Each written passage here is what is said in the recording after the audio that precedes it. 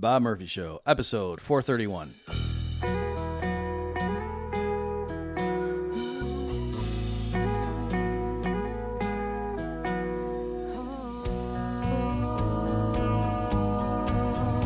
There's a tidal wave coming. What you gonna do? Get ready for another episode of The Bob Murphy Show, the podcast promoting free markets, free minds, and grateful souls. It's your source for commentary and interviews, conducted by a Christian and economist. Now here's your host, Bob Murphy.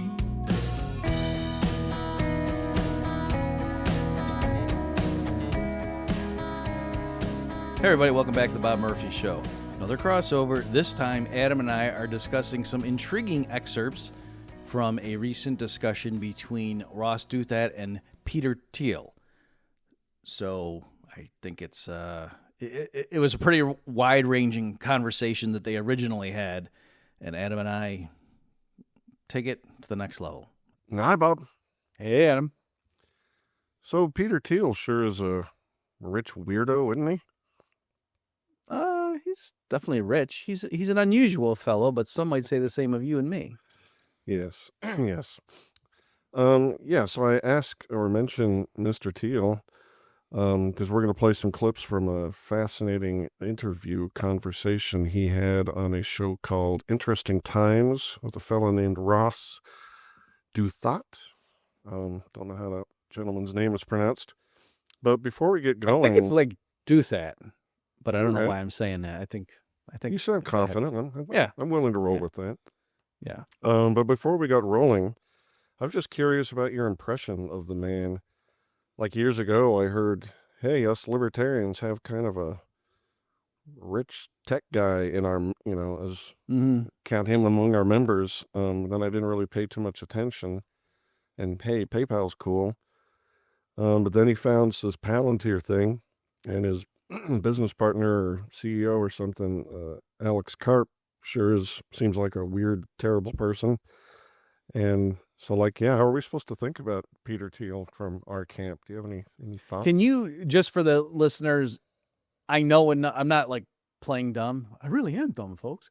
But I know I had seen some stuff and I kind of found that it was like, oh, that's weird. Can you give any more detail as to why you're like more confident that you're not a fan of the other guy involved with Palantir? Yeah, in fact, I'll link in the show notes to an episode of Human Nature where we talk about Alex Karp being interviewed by Barry Weiss, and he just says some weird, crazy stuff about how it was a mistake for Silicon Valley and our tech industry in general to be serving the wishes of consumers. The height of business in America or technology in America was the Manhattan Project, and we really need to do more things serving the bigger picture, which he interprets as like military protection stuff, which is why he's the leader of Palantir, which is this weird AI data-driven military surveillance company whose stock I think is soaring right now with defense contracts and other things. Anyway, so I think he's a big goofy weirdo, and I fear him and his company. But I'll link to that episode. Okay. Just out of curiosity, last thing, were you paraphrasing, or he literally said instead of serving consumers, we should be doing? It's the broader thesis things. of a book he just wrote or co-wrote. He's far too important to actually write. He just says things, and then a guy who works for him wrote a book. But yeah, it was the point of the book, and the point of the interview. He thinks tech should be in the service of the government, or largely, or something, and that's not only good for the defense of the country, but it's like figuring out how to get pizzas to you cheaper and faster. He thinks that's just a waste of time, and I'm sure he hates everything about social media, but yeah, he really thinks that.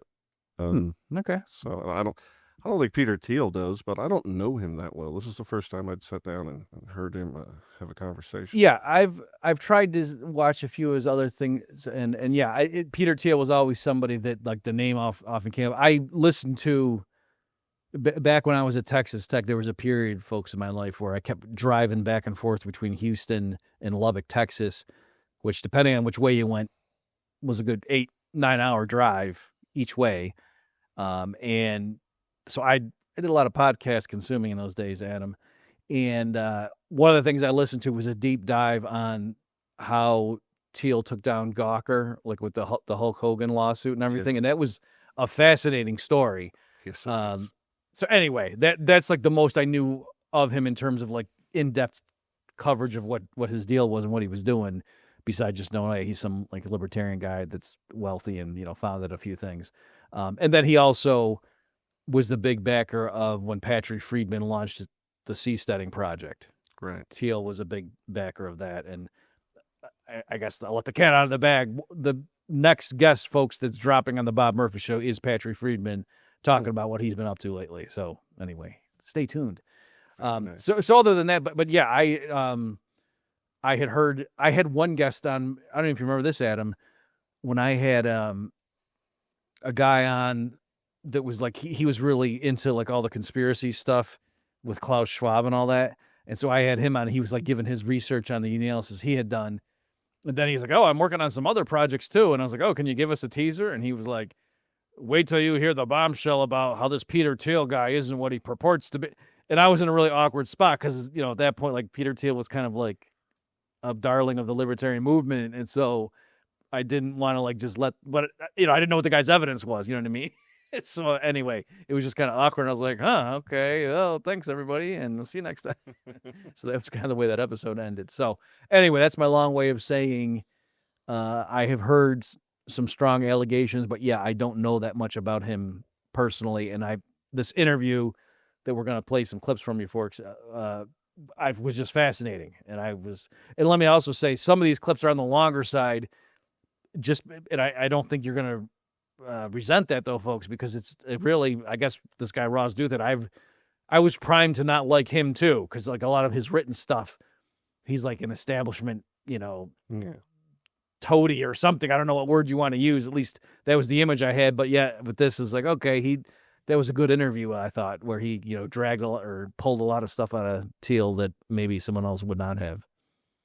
Yeah, no, I agree. It's fascinating. Shall we dive right in? I think so.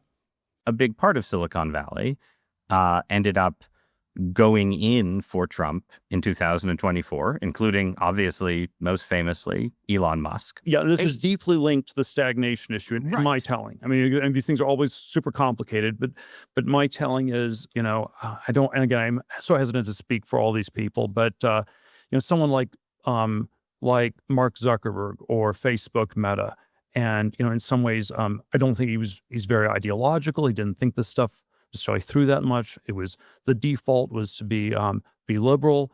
And it was always what, if the liberalism isn't working, what do you do? And for year after year after year, it was you do more. If something doesn't work, you just need to do more of it. And you up the dose and you up the dose and you spend hundreds of millions of dollars and you go completely woke and everybody hates you. And at some point, it's like, okay, maybe this isn't working. So they pivot, yes, right? It's not a pro-Trump thing. It's not a pro-Trump thing, but it is, just both in public and private conversations, it is a kind of sense that Trumpism and populism in 2024, maybe not in 2016, when, Peter was out there as the lone supporter, but now in 2024, they can be a vehicle for technological innovation, economic dynamism, and so on. You're framing it really, really optimistically here. So the people, but I think I know you're pessimistic. When you frame it this optimistically, you're just saying these people are going to be disappointed and they're just set up for failure, and things like this. People expressed a lot of optimism. That's all I'm saying. Elon Musk expressed a lot of. He expressed some apocalyptic anxieties about how budget deficits were going to kill us all. But he came into government and people around him came into government basically saying, we have a partnership with the Trump administration and we're pursuing technological greatness. I think they were optimistic. Yes. And so you're coming from a place of greater pessimism or realism. So what I'm asking for is your assessment of where we are, not their assessment, but like, does populism in Trump 2.0 look like a vehicle for technological dynamism to you? It's still by far the best option we have. I don't know, is Harvard going to cure dementia by just puttering along, doing the same thing that hasn't worked for 50 years? So that's just a case for it can't get worse. Let's do disruption, right? But the critique of populism right now would be Silicon Valley made an alliance with the populists, but in the end, the populists don't care about science. They don't want to spend money on science. They want to kill funding to Harvard just because they don't like Harvard, right? And in the end, you're not going to get the kind of investments in the future that Silicon Valley wanted. Is that wrong? Yeah, but we have to go back to this question of how well is the science working in the background. This is where the New Dealers, whatever was wrong with them, they pushed science hard, and you funded it, you gave money to people, and you scaled it, and whereas today, if there was an equivalent of Einstein and he wrote a letter to the White House, it would get lost in the mailroom, and the Manhattan Project is unthinkable. If we call something a moonshot, this is the way Biden talked about, let's say, cancer research. A moonshot in the 60s still meant that you went to the moon. A moonshot now means something completely fictional that's never going to happen. Oh, you need a moonshot for that. It's not like we need an Apollo program. It means it's never, ever going to happen. He edited that clip, but throughout, his main thesis has been that, with the exception of the world of computers and digital stuff, that the U.S. is in a deep stagnation technologically, no advancement. How do you assess that theory, Dr. Murphy? Yeah, and folks, again, with this stuff, it was what Ab's alluded to. Yeah, he starts out like a few minutes before that, like his main thesis was, that's what Duthat had him open the conversation with, about, like looking at, look at how much humanity progressed from 1900 to 1950, but then look from 1950 to 2000. And like, except for computers, there's nothing else really to write home about, that kind of thing. Tyler Cowen used to, he called it the Great Stagnation. I don't know if he coined that term or somebody else did. And I mean, if you go and look at their stuff, I'm not making this up. I think it was Scott Sumner actually said something like, it just looks like for some reason people stopped making new discoveries around the early 1970s. And I was like, that can't be right. It can't just be that we ran out of stuff to discover in the 1970s. I can think of something else that happened in the early 1970s. He might not have said early, but it was anyway. I'm just saying there's all these trends, like the people on the left who complain about income inequality, like this, Sayez and what's that guy, Piketty and those people, Zuckman. They have all these charts showing how inequality, peaked in the 20s, the roaring 20s, and all the coming off the Gilded Age, and then the Depression kind of, whacked them, and then all the New Deal programs, and then the Great Society, but it was all chugging along great. Inequalities falling in the U.S., like in terms of how much of the total wealth is the top 1% owned, that kind of thing. And then for some reason, it just turns around in the 70s. So anyway, where I'm going with this, of course, folks, is that I think when Nixon finally delinked the dollar from gold, that caused a lot of stuff that even like hard money economists, laissez-faire types don't fully appreciate. And so, if it looks like for some reason things just stalled starting around the 70s for some reason, I wouldn't be, I would much rather blame something like, delinking the dollar from gold than just, we kind of made all the discoveries like that. That's ludicrous to me. And again, but just to be clear, folks, Peter Thiel did not say those exact words. He was just talking about this general, like, it just seems like, stagnation, and we're not making new advances, whether you're talking healthcare, transportation, blah, blah, blah, manufacture. And whereas, like I said, the other thing, like it was one of those Mercatus, GMU guys literally said, is a possible explanation for this. That the people just stopped making. We ran out of stuff to discover or invent. So that's kind of my general reaction to that element of his worldview. I mean, if it's true that we're stagnating in any way, you can't run the counterexample.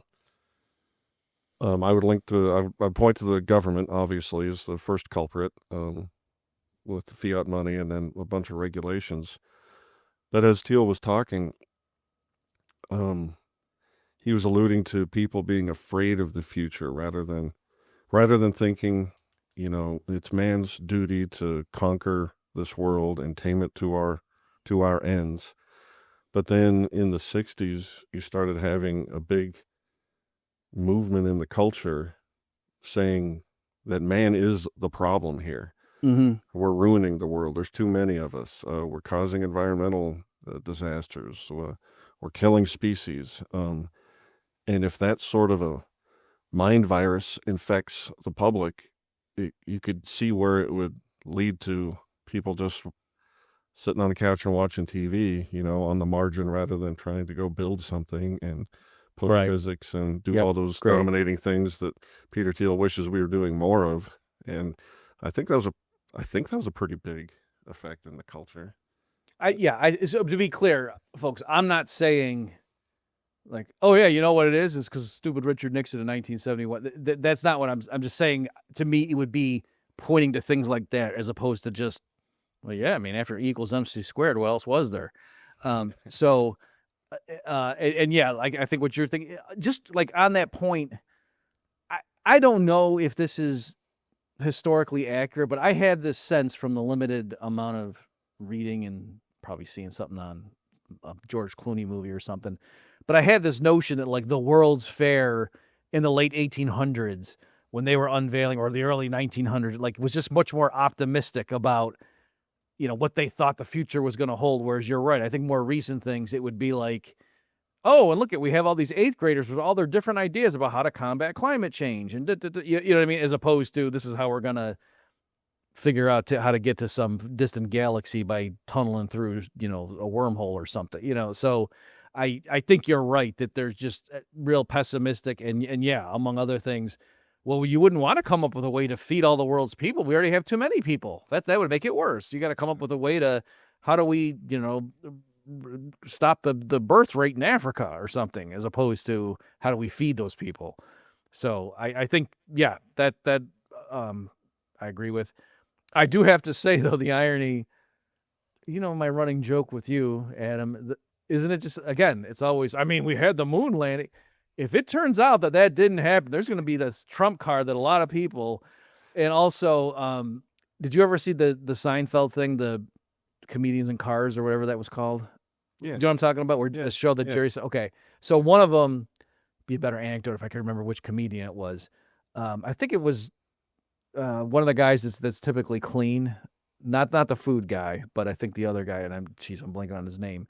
But anyway, they were, the episode was that guy, and they're out and they're looking over they stop, and somehow they're talking about the moon landing, and the guy, he had the premise, like I don't know if he ever actually deployed it, but he was like saying he's working on this joke where, how people always say, I mean, if we can put a man on the moon, and they try to show why you should be able, and he said, imagine if the Apollo missions had failed, and then it would just always be the opposite, like whenever something blew up in your face, it's like, well, I mean, it's not like we could put a man on the moon. So anyway, I thought it was kind of funny. He made one other point that sort of ties into, we've been talking about,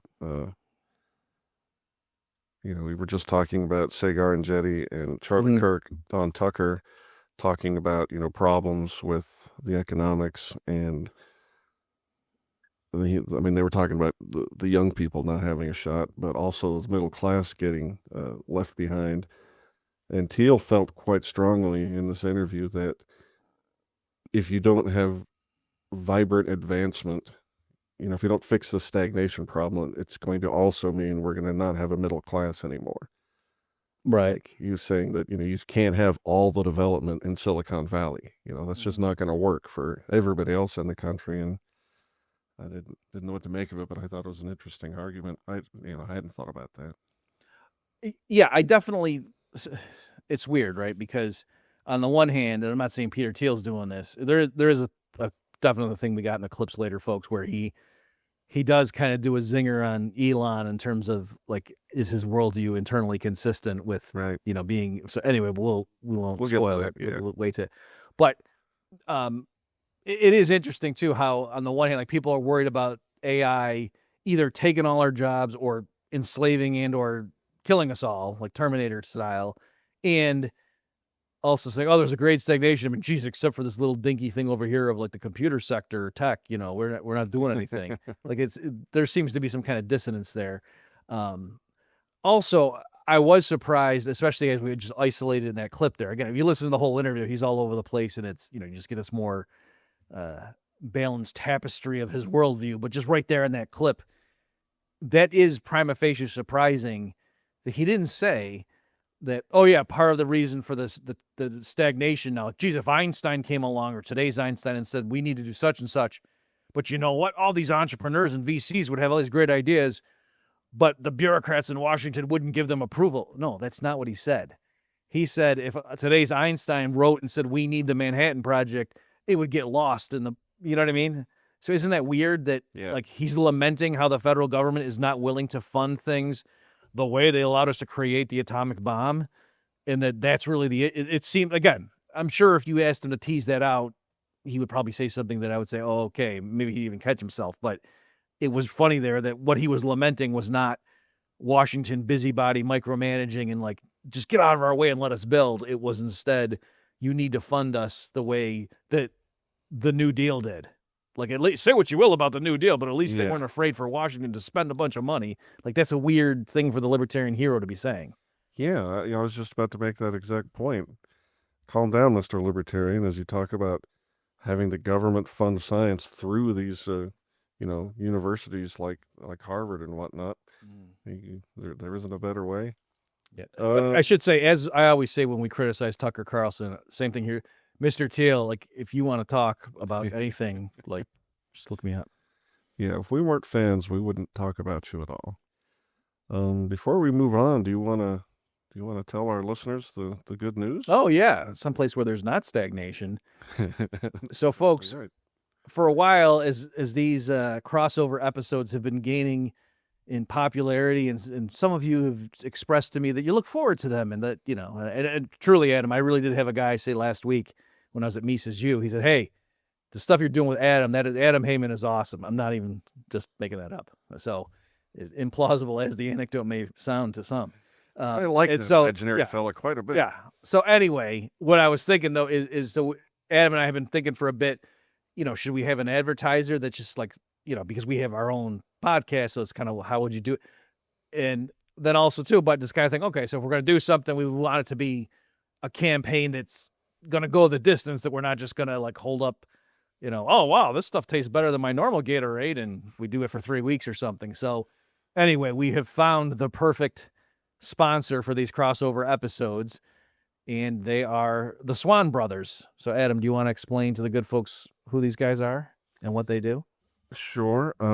I know one of the Swan Brothers personally, friend of mine, and what they are is, the company that helps you get your logo on all sorts of swag and gear and clothes and shirts and hats and hoodies and all that stuff. Specifically by helping you, actually doing it for you, making an online merch store that you would use to maybe fundraise if you're an athletic program at a school or something, or if you want to just boost employee morale at your law firm or your church or your club, anything you'd want to do where you just want to put your logo on things to get your brand out there, your name recognition, all the usual reasons people put stuff on merch and wear it or give it away. They do this for you, and they're like the best in the business, and so I'm very thrilled to be promoting them on our little crossover shows. That's right. So folks, if you're interested and you want to see more, go to theswanbrothers.com/cross, so they'll know that you're coming from these crossover episodes. And Swan is SWAN, theswanbrothers.com/cross. Go check it out. Absolutely. All right, let's move on to clip 2. You ready? I am ready. But I guess where I end up is I still think we should be trying AI, and that the alternative is just total stagnation. So yeah, there's sort of all sorts of interesting things going to happen with, okay, maybe drones in a military context are combined with AI, and okay, this is kind of scary or dangerous or dystopian, or it's going to change things. But if you don't have AI, wow, there's just nothing going on. And I don't know, there's like a version of this discussion on the internet where, did the internet lead to more conformity and more wokeness? And yeah, there are all sorts of ways where it didn't lead to quite the cornucopian, diverse explosion of ideas that libertarians fantasized about in 1999. But counterfactually, I would argue that it was still better than the alternative, that if we hadn't had the internet, maybe it would have been worse. AI is better. It's better than the alternative, and the alternative is nothing at all. Because here's one place where the stagnationist arguments are still reinforced. The fact that we're only talking about AI, I feel, is always an implicit acknowledgement that but for AI, we are like in almost total stagnation. But the world of AI is clearly filled with people who, at the very least, seem to have a more utopian, transformative, whatever word you want to call it, view of the technology than you're expressing here, right? And you were mentioned earlier the idea that the modern world used to promise radical life extension and doesn't anymore. It seems very clear to me that a number of people deeply involved in artificial intelligence see it as a kind of mechanism for transhumanism, for transcendence of our mortal flesh, and either some kind of creation of a successor species or some kind of merger of mind and machine. And do you think that's just all kind of irrelevant fantasy? Or do you think it's just hype? Do you think people are trying to raise money by pretending that we're going to build a machine god, right? Is it hype? Is it delusion? Is it something you worry about? I think you would prefer the human race to endure, right? You're hesitating. Yeah, well, yes? I don't know. I would This is a long hesitation. This is a long hesitation. There's so many questions implicit in this. Should the human race survive? Yes. Okay. But I also would I also would like us to radically solve these problems. Right. And so, it's always, I don't know, transhumanism is this, the ideal was this radical transformation where your human natural body gets transformed into an immortal body. And there's a critique of, let's say, the trans people in a sexual context, or I don't know, transvestite is someone who changes their clothes and cross dresses. And a transsexual is someone where you change your, penis into a vagina. And we can then debate how well those surgeries work. But we want more transformation than that. The critique is not that it's weird and unnatural. It's so pathetically little. And we want more than cross-dressing or changing your sex organs. We want you to be able to change your heart and change your mind and change your whole body. And then Orthodox Christianity, by the way, the critique Orthodox Christianity has of this is these things don't go far enough. Like that transhumanism is just changing your body, but you also need to transform your soul, and you need to transform your whole self. And so, right. But the other, wait. I generally agree with what I think is your belief that religion should be a friend to science and ideas of scientific progress. I think any idea of divine providence has to encompass the fact that we have progressed and achieved and done things that would have been unimaginable to our ancestors. But it still also seems like, the promise of Christianity in the end is you get the perfected body and the perfected soul through God's grace. And the person who tries to do it on their own with a bunch of machines is likely to end up as a dystopian character. So I'm a little disturbed that the rich billionaire who's funding AI in service of the military isn't quite sure whether he wants humanity to endure or not. Yeah, that was, and folks, you may have seen there was a clip from this interview that went viral where Duthad later is going to like ask him on if he's the Antichrist. We didn't include that literal thing because I thought that was, people hit that to death, but also because I thought that other stuff was more interesting. But yeah, to me, that hesitation there, and to his credit, again, Duthad was like, he didn't just let it go. He was like, what do you, he like forced him to answer, and that was weird. So there's two things. So one is like the sort of sinister interpretation. Well, there's three. One is just innocuous, that he was trying to come up with the answer and was like, was like to answer like more fully the thing that Duthad was asking about, and he didn't think it was necessary to like, of course humanity. Yeah. But what I'm trying to get at is blah, blah, blah, blah, blah, right? So there's that, innocuous one.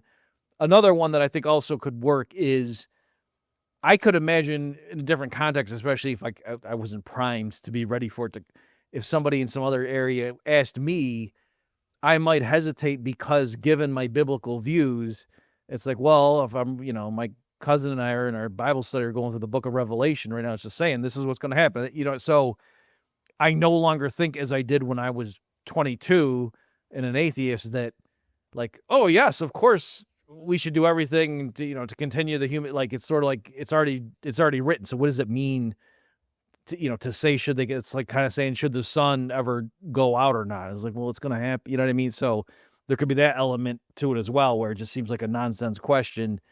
And, Thiel is religious. And so, there's that element as well. And as we'll see later, he's very much thinking about the book of Revelation. And so perhaps that could be the thing too. But again, as you say, the other one is, he and his billionaire buddies are really kind of just disgusted with.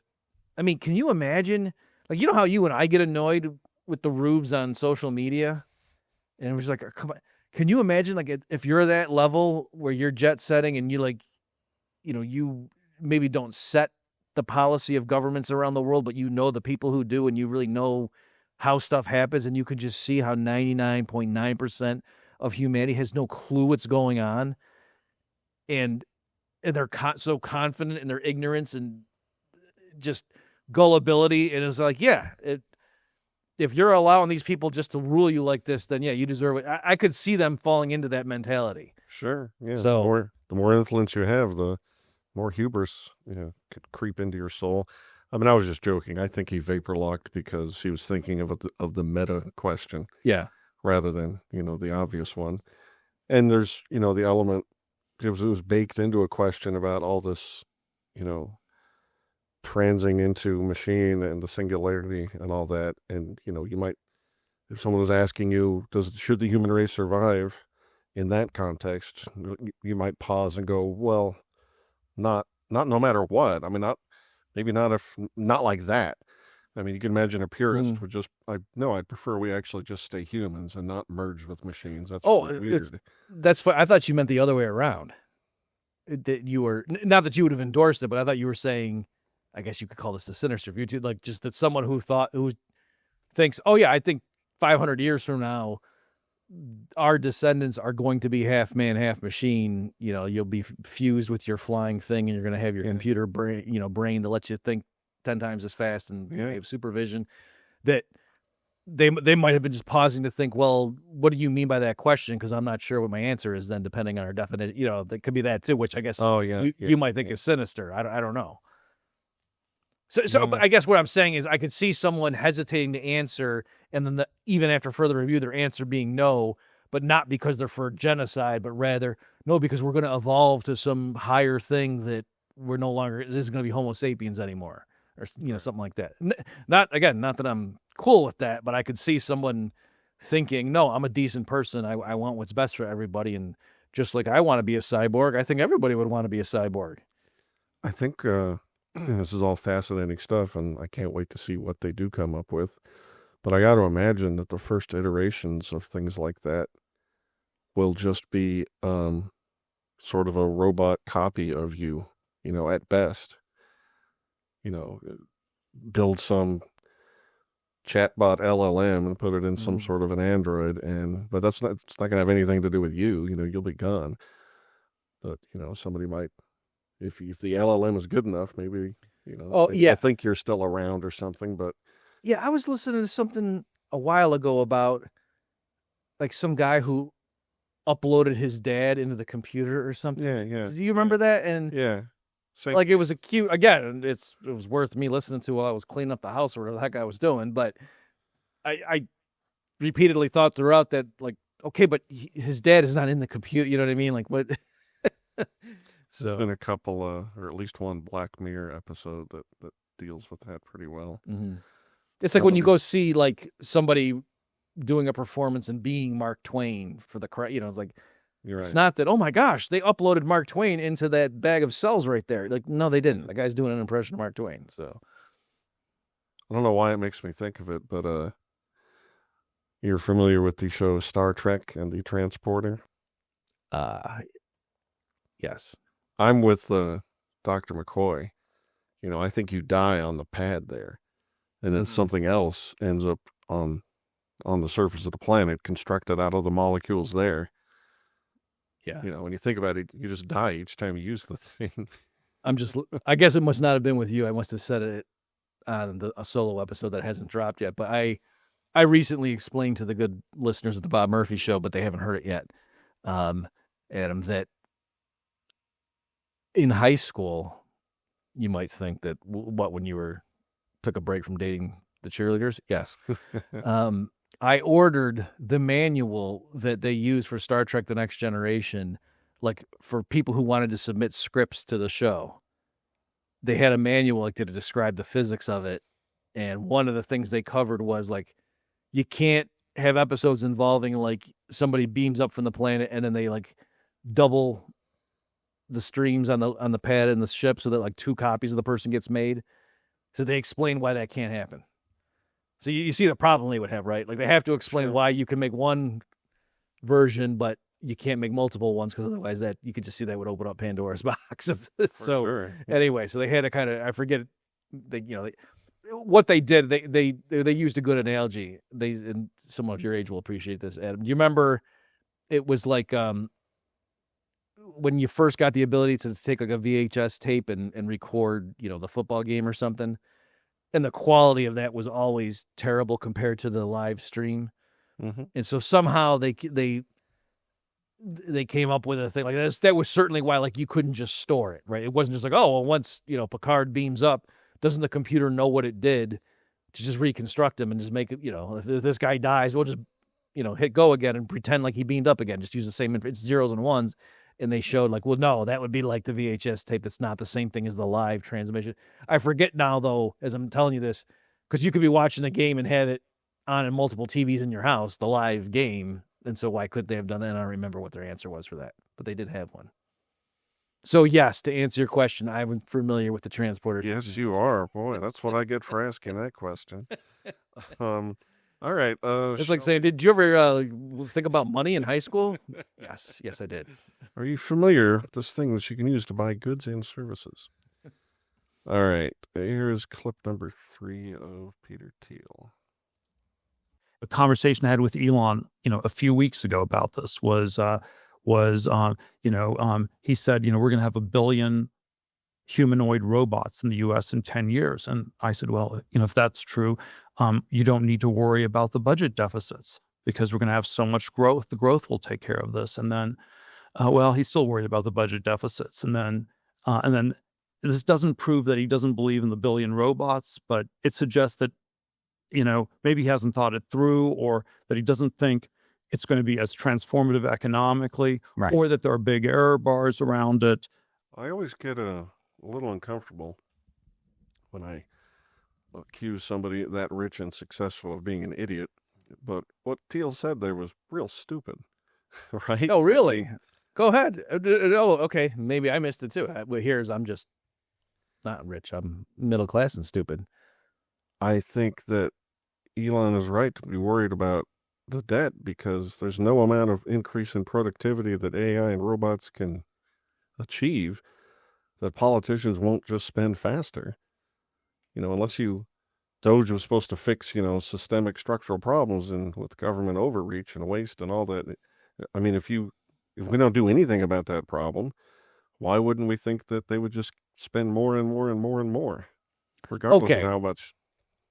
Okay, so I understand what you're saying. I think, in fairness, though, Thiel could just say, "Look, like, if the issue is, I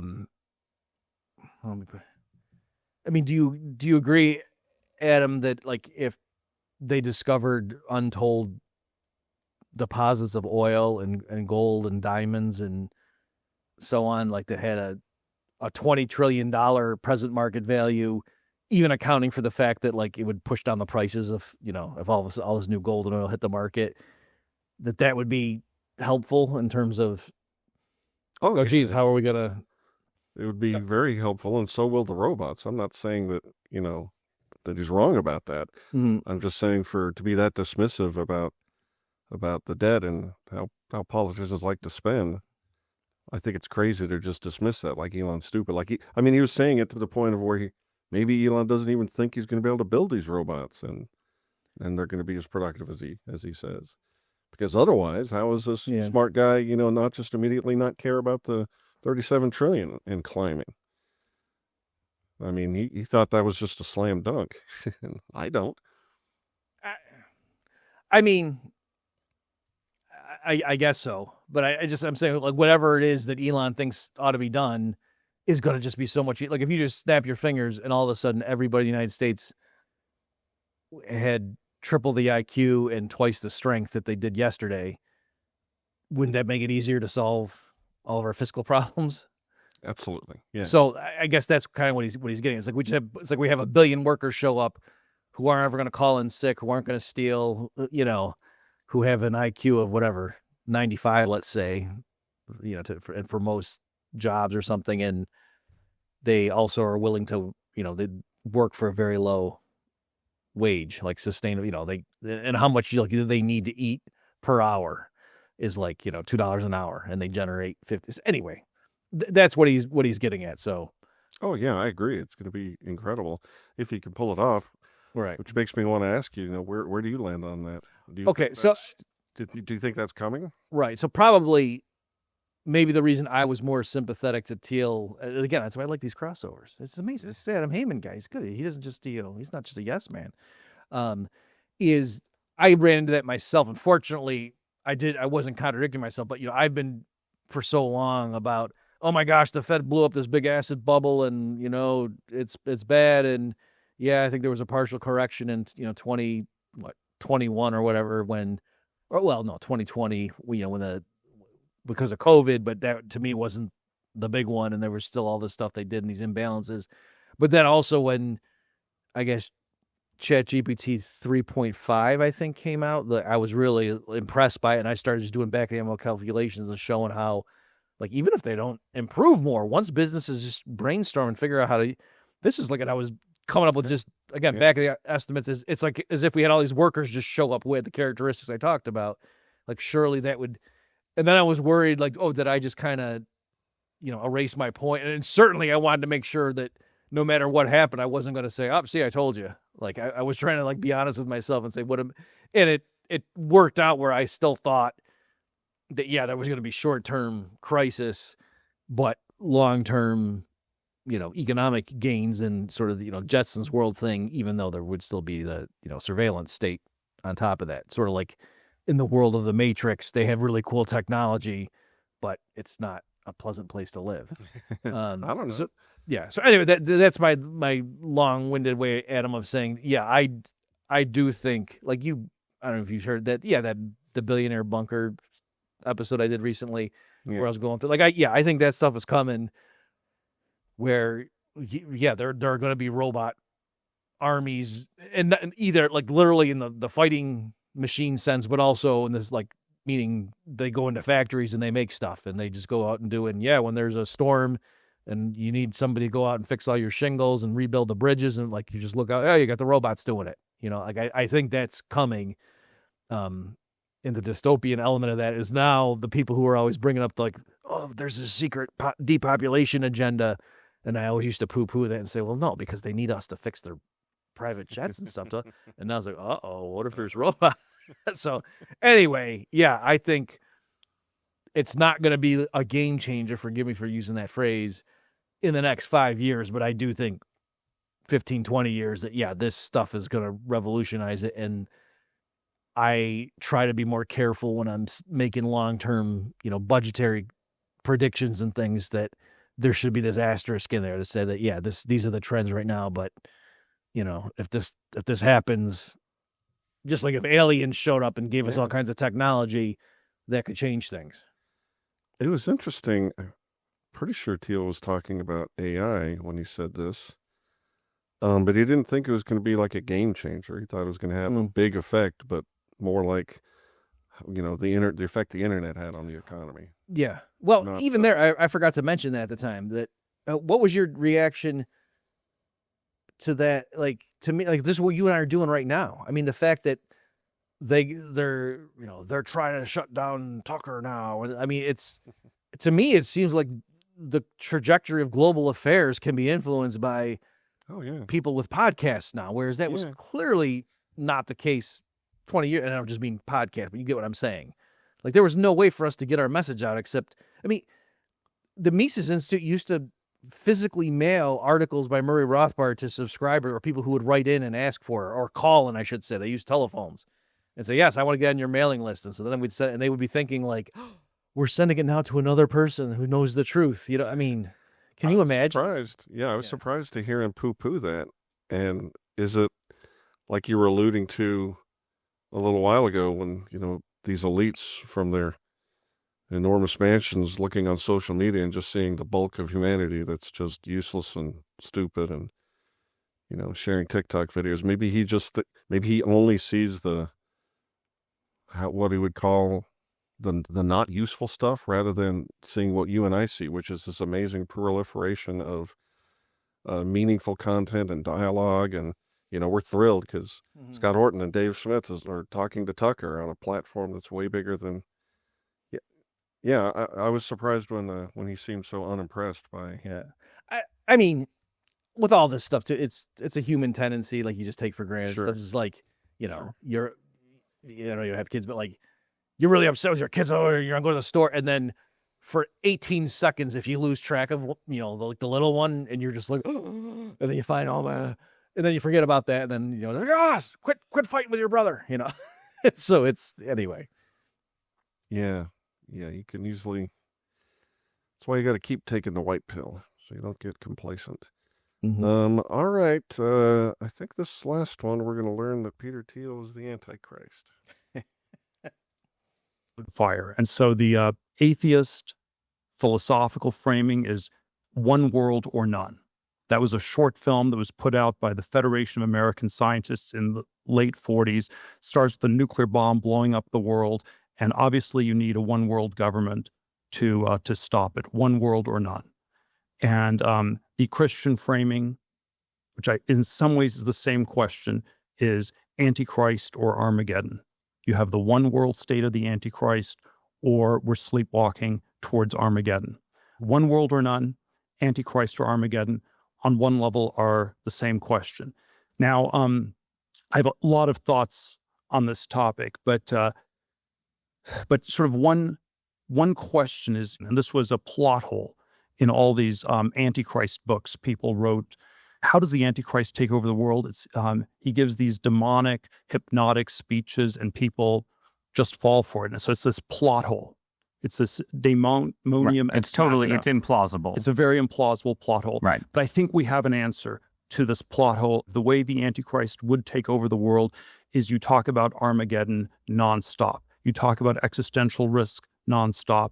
And this is what you need to regulate. It's the opposite of the picture of Baconian science from the 17th, 18th century, where, the Antichrist is like some evil tech genius, evil scientist who invents this machine to take over the world. People are way too scared for that. In our world, the thing that has political resonance is the opposite. It is It is the thing that has political resonance is we need to stop science. We need to just say stop to this. And this is where, I don't know, in the 17th century, I can imagine a Dr. Strangelove, Edward Teller type person taking over the world. In our world, it's far more likely to be Greta Thunberg. I love the science of bacon. It's nice to see him mention that. Mm-hmm. How'd you feel about that clip? Uncomfortable. My favorite part was when he said, and this is something I thought a lot about. Huh? It was like, yeah, I like it. And we alluded to it earlier, and the interviewer, he vapor locked Peter Thiel again by suggesting that, with all the things he's working on, he might be building the tools for one world government authoritarian control that you're worried about. Kinda. Yeah. So on this one, my immediate reaction, which I guess is partly a laugh line, but is to say, well, I think the Antichrist is going to be like extremely attractive. So it could be Greta Thunberg. Oh, I see what you did there. Yeah. Not the right genes. Yeah, I mean, from my perspective, I think he's right that if such a thing were to come to pass, it would be because they use the thing that always seems to work, which is to make everybody afraid of something. We seem to roll over for any abuse as long as we think we're in danger. I mean, he's a Christian and he's framing things. Is his terminology correct? Like theologically, is the Antichrist the right metaphor or whatever? Yeah. Yes. So in the book of Revelation, there is an actual person. So it's not the devil, right? Like the Antichrist is a human being. I think different people have views about like maybe he literally makes a deal with the devil, or just is this predestined or whatever. Like just knows his destiny and grows into it or whatever. But so he might have supernatural abilities and things, but he's not. He's originally born a human, and as the name suggests, like he just opposes Christ. And so that's where the term is. So that's an actual term in the book of Revelation. That's not just like a metaphor or something, or a turn of phrase. So that is correct as far as he goes there. With this stuff, again, folks, there was so much stuff that we just want to give you a taste, because they get into all kinds of. So there, I didn't have any problem with the theology, and to answer your question, but later on when he was going through with, like, is God ultimately, like, it seemed like Thiel was not willing just to say, like, no, God is ultimately in control, and what are you talking about? Like, everything's going to happen. Like, that, to me, that's kind of like the standard reading. Like, the ending is already, if you're a Christian, you don't need to worry about this stuff, except, just keep telling people the truth. And, also there is a sort of, not fatalism about it, but it's not like, oh, if we just work really hard, we can prevent the Antichrist from taking over the world. Like that. Like, no, it's saying that's going to happen. And then ultimately, though, Jesus is going to come back and, game over. So he used a couple of phrases that I wanted to ask you about. The one he describes as left wing, one world or none. I get that argument. Mm-hmm. We need to have one world government. Otherwise, we're going to nuke each other, or I don't know, something. There needs to be more control, and only a one world government can give us that. So I understand that. But then he said the right wing version is Antichrist or Armageddon, and I wasn't sure what he meant by that. Let me hear. Thank you. You're right. I didn't understand what he meant there either. But again, that ties into what I was saying. Seemed to be his like loosey goosey stuff that we didn't include in the clip. So here, I'll read from the AI overview. That's got to be accurate. The Battle of Armageddon, as described in the book of Revelation, is a symbolic climactic conflict between good and evil, ultimately resulting in the triumph of Jesus Christ. It's portrayed as a great war that will occur at the end of the world, involving armies from around the globe gathered at a place called Armageddon. So that's why they call it, that, even though now, people just kind of use Armageddon to mean the end of the world, or just a really bad thing, or a really big battle. But it's a place in the Bible. While often interpreted as literal physical battle, many scholars use symbolic representation of a spiritual conflict. So, right, I don't understand what he meant. Well, if you're a Bible believing Christian, you ask me, you say, "Oh, Bob, which is it, the Antichrist or Armageddon?" I would say, well, it's both. The Antichrist is going to take over, and he's like, serving the prince of this world, who's the devil. Like, there's a sense in which, for whatever reason, God's in charge of everything, but he allows Satan to run rampant for a time on earth, and lets him do his nefarious things. God doesn't do evil, but he allows Satan in certain circumstances to do things within limits. And so, yeah, the Antichrist is going to take over. That's going to happen. It's not like the Bible says, unless you pray hard enough, this might happen. Like, it doesn't say, no, he's taking over. And then, there's going to be a battle of Armageddon, and ultimately the good guys win. All right. So I don't, the way he's like showing that there's a contrast, like, which do you want? It doesn't make any sense to me. But again, that ties into the stuff we didn't show later on when Ross Douthat is pressing him about, well, do we have any influence? Like, it gets into like free will versus, God's sovereignty, that kind of stuff, which is tricky. But again, if you think if you think biblical prophecy is correct, which it seemed like Thiel was adhering to, then that stuff's going to happen. I'm not expecting you to believe it, Adam. I'm just saying it's weird for someone to be saying, yeah, I'm worried about the Antichrist because I read the Bible and I'm a Christian.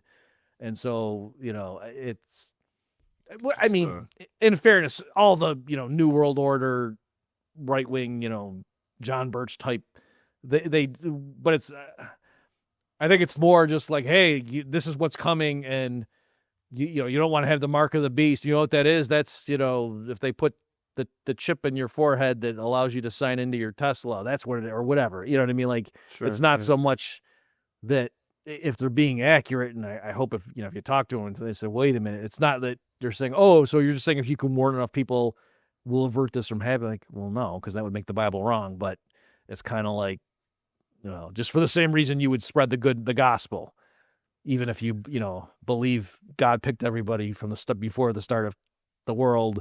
There is a weird sense in which, what's the point of me telling you about Jesus? Because didn't he already put in? Yeah, but Jesus told you to spread the good news, so that's what I'm doing. During that part of the conversation, I just found it very easy to picture Peter Thiel sitting around in his penthouse trying to figure out which one of the characters in that story is him, Mm-hmm. Just because he's, prince of the world and all like that. The interviewer... sorry, can I just say one thing on that? So, yeah, maybe I should... I was trying not to be, do the obvious stuff. Maybe we should just give them the red meat. But people were... That clip that went viral that happened like 2 minutes after the one we just ended there. I didn't think Douthat was actually literally saying to Peter Thiel, have you considered that you're the Antichrist? I think he was just saying that you're building the tools that the Antichrist is going to use. How do you feel about that? Do you agree that that's what he was actually asking, even though... Yes. Obviously, people took it to, it was easier to summarize and tweet out and say, oh, look at Peter Thiel doesn't know if he's the, is caught flat-footed when he's the I think that's exactly right. I was joking earlier. Yeah, he's building the tools, the Grand Vizier for the Antichrist or something. There's just kind of a throwaway line, but the interviewer, he casually mentioned that AI could solve potentially the knowledge problem that beset socialist totalitarian governments that came before it. And given, what Hayek has to say about it, and even more importantly, Mises, I just thought that was an interesting thing for this guy to say. Just to be clear, you not in the actual clips we played, you're just saying in that interview? In that interview, yeah. Yeah, I mean, on that, just in case people want to know, you see that bandied about a lot. That, oh, yeah, maybe Mises had a point back in the day, but, with the rise of supercomputers. And, I mean, the quick way to dispose of that is to say, well, no, because in a market economy that relies on the price system to handle those kinds of issues, the supercomputer, whatever the stock of supercomputers you have in their capacity, could be deployed to doing other things. It frees them up. Instead of having to help the planners micromanage the economy, they can go, figure out the best way to go build a colony on Mars or whatever, extract more fish from the ocean or whatever you want to do. And so there's an opportunity cost. It's not just if you had to use the supercomputers to do what the decentralized price mechanism could also do, then you can't use it to do these other cool things. So it's not that's a non sequitur for that reason alone. But I mean, there's other issues too. But anyway, for that reason alone. Yeah, I mean, the super AI couldn't come up with markets for capital goods such that prices arise. But do you think it's possible that AI... Can I stop you though? Just to be anal, but I'm saying even if they could, it would be at best the correct solution for an economy that didn't have those supercomputers, right? You know what I'm saying? Like if you had a bunch of supercomputers and then they could simulate, oh, here's what an efficient equilibrium would be, or disposition of resources for a simpler economy that didn't have supercomputers, okay. But then once you allow for the fact that in the economy are those supercomputers that private businesses could use to do marketing or product development, whatever, then you can't also use those same supercomputers to solve the economy. You get what I'm saying? So yeah. Do you think in principle that because Hayek's knowledge problem is different, about it all being localized such that no aggregate. Do you think that AI could conceivably have such knowledge? For the listeners, people who are Rothbardians like to stress the distinction between the Hayekian knowledge problem and the Misesian calculation problem, both pertaining to socialism. I don't think they're just picking a fight for no reason or whatever. Like, I think it's real. I'll link folks. I've written on this stuff. And the Hayekian knowledge problem specifically says it's dispersed knowledge. And so Hayek is saying there's lots of like tacit that, like, you know how to ride a bike. You couldn't teach someone how to ride a bike via like the mail or a telephone call or even typing stuff up. It's not the kind of knowledge. And so Hayek's point was the central planners, in the capital city of the country, they're not going to have all the knowledge. Like, yeah, they can know like engineering principles and things like that, but there's a lot of on the ground knowledge that the guy who's runs the factory in Boise, that he just knows like, oh yeah, I've been in this business for 15 years and I'm just telling you this time of year this happens. And it would be hard. Like, he wouldn't even know that he knew it. He wouldn't even know that he needed to communicate that. It wouldn't even occur to him. So there's no way, even in principle, all that stuff could get into the minds of the planners when they're coming up with the grand plan, right? So that's kind of Hayek's point. As you're asking Adam, does AI? I mean, it probably does in the sense that, like, people are talking about. Ultimately, it's not just now that Amazon, like, if you go, like, it studies your browsing, your habits and your purchases, and then suggests for you, and like after a while, it's like, oh, this is pretty good. People are even saying it might get to the point where it just delivers stuff to your door. And you just open like, oh yeah, this is good. And maybe once in a while it'll be off, but on net, you'll be glad it does that rather than even asking you ahead of time. It just, quote, surprises you, but it's not even like a surprise. It's kind of like, when you go out, like if you ever been to like a fancy resort, Adam, like especially if it's like in Mexico or something, this is where I've seen it, and you come back and the maid doesn't just do your room up, but like might take a towel and turn it into like a flamingo or something, leave it on the bed, that kind of a thing. Yeah. And so it's not that I knew I even wanted that, but when I came back and saw the maid had done that, I was like, oh yeah, that's a nice touch. So I'm just saying, yeah, I could see but again, even if that's true, that doesn't mean so therefore socialism works. It just means the AI could be used by the private companies in a market-based, right, decentralized system to provide that much more even better happiness to the consumers. Absolutely. All right. Well, has your view on Peter Thiel been enlightened by this discussion? By this discussion, yes. Like, I actually, in talking with you, I'm more alarmed by the guy. But still, Peter, if you want to talk, give me a call. Not Alex Karp, though. That guy's weird. All right. Are we done? I think so. No more nuggets. Folks, don't forget, go check out theswanbrothers.com/cross.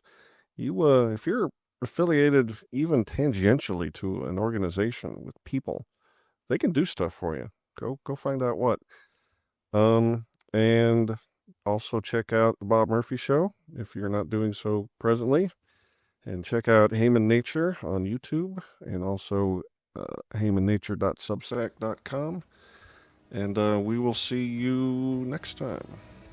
Yeah, and folks, if you don't know what we were talking about earlier, go read the book of Revelation. It might be pertinent real soon. Oh my. You've just experienced another episode of The Bob Murphy Show, the podcast promoting free markets, free minds, and grateful souls.